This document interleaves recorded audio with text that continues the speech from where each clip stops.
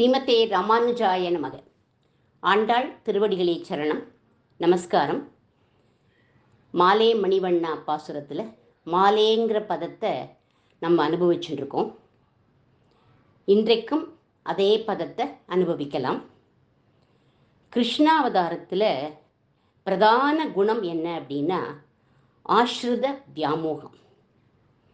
பக்தர்கள் இடத்துல காதல், அன்பு. அவ சொன்னா எல்லாத்தையும் கேட்டுப்பான், அவ சொன்னதெல்லாம் செய்வான்.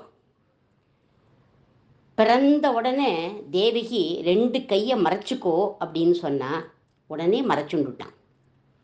யசோதா உரலோட குழந்தைய சேர்த்து போட்டு கட்டுண்டான். கோபிகைகளோட உறவாடினான். உனக்கு வெண்ணெய் வேணும் அப்படின்னா டான்ஸ் ஆடு அப்படின்னு சொல்லுவாவா.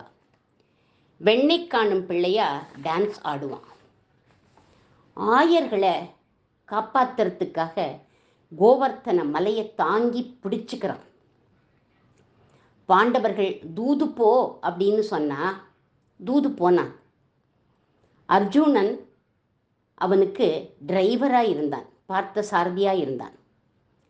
இந்த விஷயத்தை எல்லாம் பார்த்தா பக்தனுக்கு கட்டுப்பட்டவன் பகவான், ஆஸ்ரித வியாமோகன். பக்தன் அவன் மேல பித்தனா இருக்கானோ இல்லையோ, பெருமாள் அவன் பேர்ல பித்தனா இருக்கார் அப்படிங்கிறத கிருஷ்ணாவதாரத்தில் ஒவ்வொரு இடத்துலையும் நம்ம பார்க்கலாம். இப்போ ஜெயதேவர் வாழ்க்கையில நடந்த ஒரு சரித்திரத்தை பார்க்கலாம். ஜெயதேவருடைய அஷ்டபதி காவியம் ரொம்ப ரசமான காவியம். ஒரு நாள் கண்ணனோட இஷ்ட நாயகி ராதை கண்ணனோட ராசம் ஆடுறதுக்கு போகலை. மற்ற கோபிகைகளோட ராசம் ஆடிட்டு வரான் கண்ணன். ராத்திரி பூரா கிருஷ்ண விரகத்தில் தவிச்சுன்னு இருக்கா ராதை. அவள்கிட்ட சில ஹிதமான வச்சனங்களை சொன்னான். ராதை சமாதானமாகலை. பல பிரதிஜைகளை பண்ணினான். அப்பையும் அவள் சமாதானமாகலை. அவள் எதையுமே ஏற்றுக்கலை அப்படின்னு அஷ்டபதியில் எழுதிண்டே வர ஜெயதேவர். கடைசியாக கண்ணன் சொல்கிறதா ஒரு அஷ்டபதியை எழுதுறார். அது என்னதுன்னா, ஸ்மரகரள கண்டனோ மம சிரசி மண்டனோ தேஹி பத பல்லவோ உதாரோ பிரியே சாருசீலே பிரியே சாருசீலே. இதுதான் அஷ்டபதி எழுதுறது. இதில் மம சிரசி மண்டனம், உன்னோட மிருதுவான தளிர் போன்ற அழகான மகிமை வாய்ந்த சரணங்களை என்னோட சிரசில் வெய்ராதே அப்படின்னு சொல்லி சரணாகதி பண்ணுறான் கிருஷ்ணன்.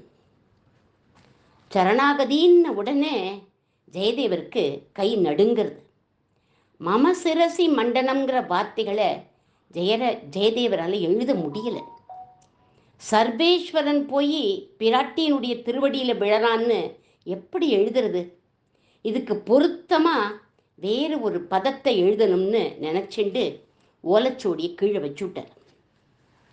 ஆனால் இவர் ஏன் இப்படி எழுதினார்னு கிருஷ்ணபிரேமி சுவாமிகள் ஒரு ரெஃபரன்ஸ் ஸ்லோகம் சொல்லுவார்.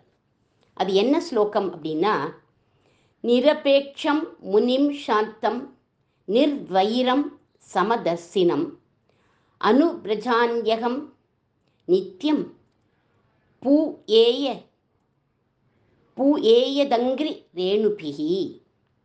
இந்த ஸ்லோகம் என்ன சொல்றதுன்னா, எந்த பக்தன் சாந்தனா இருக்கானோ, மனசுல எந்த எனிமிட்டியும் இல்லையோ, சமதர்சியா இருக்கானோ, எல்லாரையும் ஈக்குவலா பார்க்கறானோ, அவன் எதையுமே எக்ஸ்பெக்ட் பண்ணாம ஹாப்பியா பிளிஸ்ஃபுல்லா இருக்கிற பக்தன் காலில் நான் விழறேன் அப்படின்னு பகவானே சொல்லியிருக்கான் இந்த ஸ்லோகத்தில், இந்த ரெஃபரன்ஸ் ஸ்லோகத்தில்.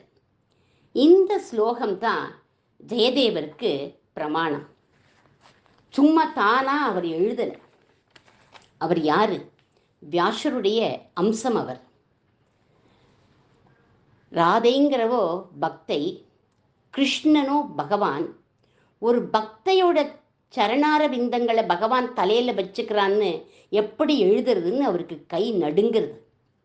இது பொருந்தலையேன்னு நினச்சிண்டு மமசிரசி மண்டனம்னு எழுதின அந்த வார்த்தைகளை அழிச்சுட்டார். மனசு அவருக்கு இடம் கொடுக்கல.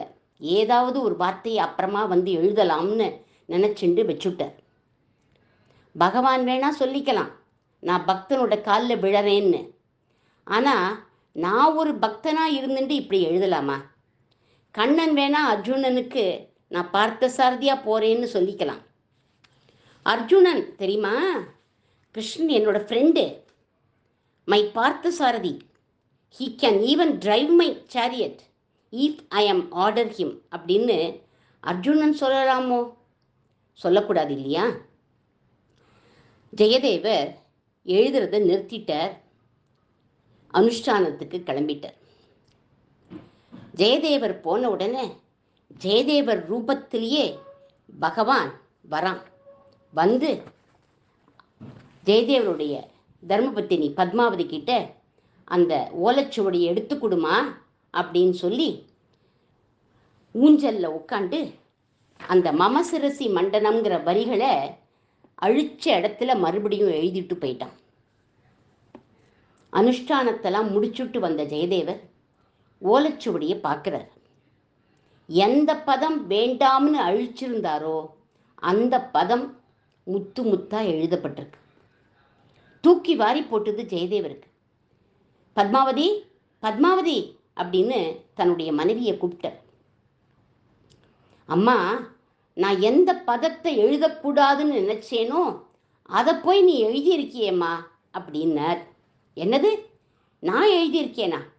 என்ன சுவாமி சொல்கிறேன்?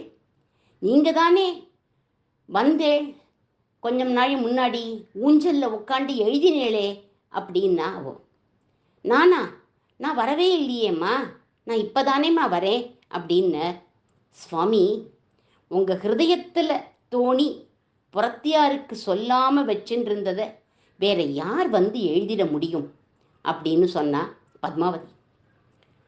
உங்கள் ஹிருதயத்தில் இருக்கிற அந்த அந்தர்யாமியான ஜெகநாதனை தவிர வேற யார் எழுதிட முடியும் அப்படின்னு சொன்ன உடனே, பகவானா, கண்ணபிரானா, ஜெகநாதனா, பொல பொல பொலன்னு கண்ணீர் வரது ஜெயதேவருக்கு. பத்மாவதியை பார்த்து சொல்ற, அம்மா பத்மாவதி, நீதாம்மா உண்மையான பக்தை, நீ பாக்கியவதிமா. நான் இல்லாத போது என்னுடைய ரூபத்தில் வந்து உனக்கு தரிசனம் கொடுத்துருக்கானே அப்படின்னு அழறார் ஜெயதேவர்.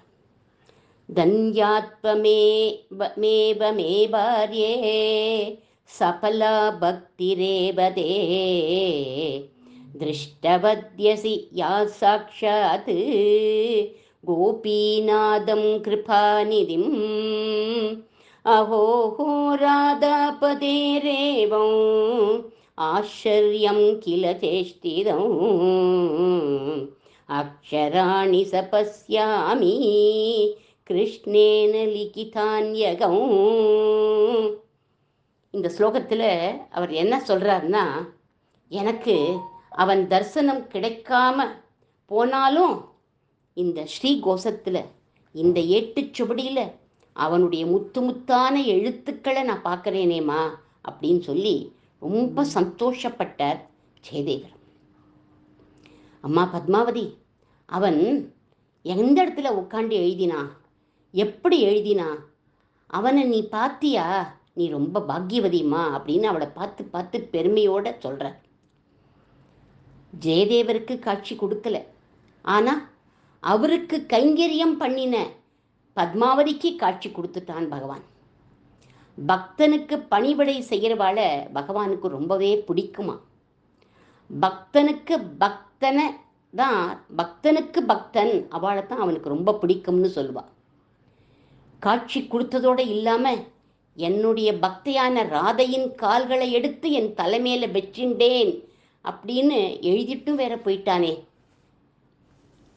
பக்தரான ஜெயதேவர் பேரில் எப்பேற்பட்ட வியாமோகம் பாருங்கோ கண்ணபிரானுக்கு. அதனால தான் ஆண்டாள் கண்ணனை மாலே அப்படின்னு சொல்லி அழைச்சான். நாளை ஆஸ்ரித வியாமோகம் பாண்டுரங்க பக்தன் பேரில் அதை அனுபவிக்கலாம். ஆண்டாள் திருவடிகளே சரணம்.